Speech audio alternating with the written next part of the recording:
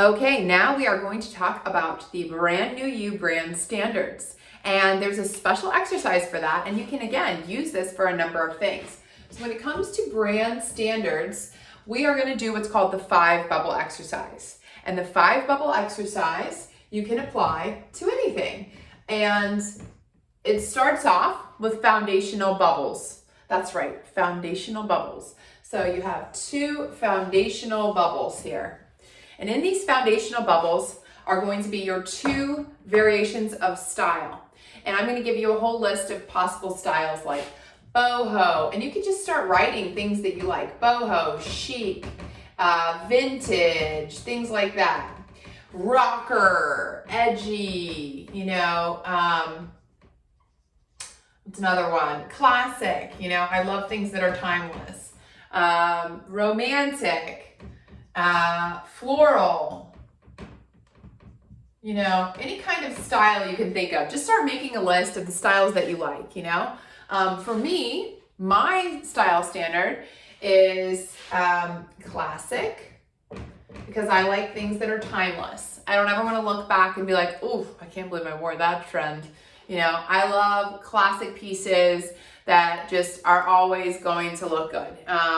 There's one of my favorite movies with, what's his name? The guy from Down Under, Nick Dundee, the girl Linda in the movie who ended up being his wife in real life. She has all these fabulous dresses on from the 80s, and you don't look back at them and think, oh, that's so tacky. No, they're timeless, they're classic. She has this one bandage dress that she wears at this party, and you're just like, get it, Linda, let's go. So classic for me is really important. I don't ever want to look back and say, ooh, I can't believe I wore that, And then another one that I love is edgy, because I do sometimes feel like I should be a rock star, and I should just have a bit of an edge. So you pair that classic with an edge of the future, and you get kind of a basic style. So one of the things I do when I'm shopping is I say, is this classic or edgy when I pick it up? Is this classic or edgy? And I think to myself, yes, okay, yes. Now I'm going to ask these other 3 bubble questions, which we're about to go into. If it's a no, it's not classic or edgy, guess what? It goes back on the rack. Trust me. It is amazing to have some kind of paramount standard, especially when you're shopping, because sometimes you get involved with a price tag or a sale item, or do I like this? If it's not, something that lights you up, put it back down. Do not buy it. Trust me. So then, if it is that, then I ask myself these questions. Now, these 3 bubbles are feelings. So this is your style here, style, and then this is your feelings. Okay? So with style and feelings, you start off with, is this my style? And that's how you get your basis of your style standard. Now for the feelings, again, I want you just to start writing. Just take the time to write. I want to feel confident. I want to feel pretty. I want to feel flowy. Free, right? Freedom.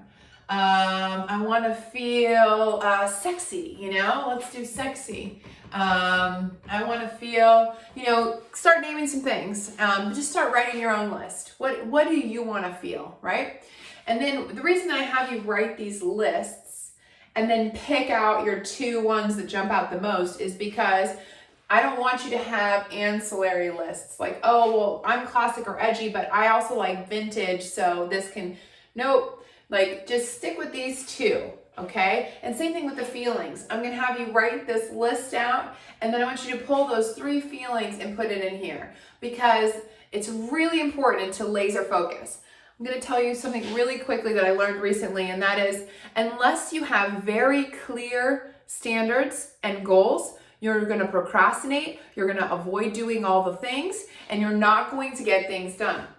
One of the reasons why it took me so long to really focus in and do what I wanted is because I was trying to do too many things at once.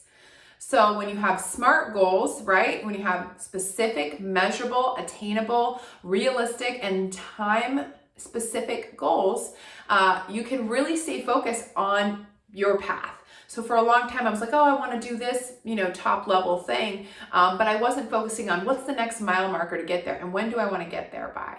So it's super important that you make sure to take the time to be specific in your standards. Can they change? You're not getting these tattooed on your face? Absolutely. So mine, for example, are confident, fun, because I think I'm pretty fun and I want my clothes to say that because we are making a statement. You are judged within the first 10 seconds of meeting anyone by how you present yourself before you even open your mouth.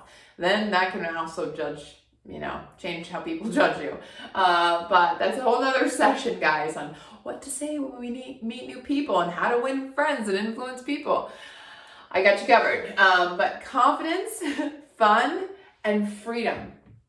I love things. If you see me walking around in some very tight, no, never gonna happen. I like flowy dresses. I like things that make you feel free. I love Halston's 70s examples of how you didn't need buttons or zippers or anything. You didn't even need a bra, Good old Halston. So I go shopping and I say, okay, is this classic or edgy?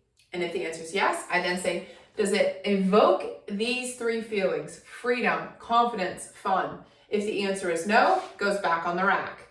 Okay? If the answer is yes, I go to the dressing room with it, or I try it on without going to the dressing room, which is a fun hack I will happily teach you.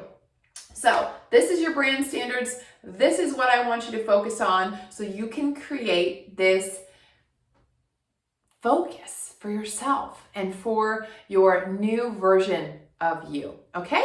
Let me know if you have any questions and let's move on to the next video about shopping.